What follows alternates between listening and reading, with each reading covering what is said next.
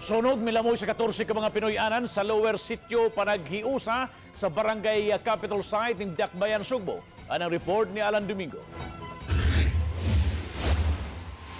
Sa videong kuha ni Corporal Renji nasibog daw susama sa usa ka impyerno ang kabangi sa kalayo nga milamoy sa mga Pinoy-anan sa milabayng Sabado. Gitabangan sa mga bombero pagkumbati ang nagdilaab nga kalayo. Sa initial investigation sa Cebu City Fire Department, nagsugod ang sunog sa sakyanan ni Luis Lim o mas nailang nga Lu Arevalo sa broadcast industry. Apan, gipadayag sa anak ni Lim nga faulty wiring ang hinungdan sa sunog. Nadiri kuno sa kanang among kaning kisami sa among grahian, nagsugod ang kayo pag nagtagak-tagak mo tong nadamay ni ang sakinan.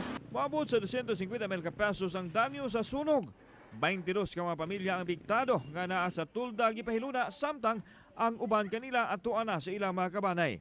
Mihatag na og pack meals ang DSWS o gikrakdang manghatag pa og hinabang karong gabi.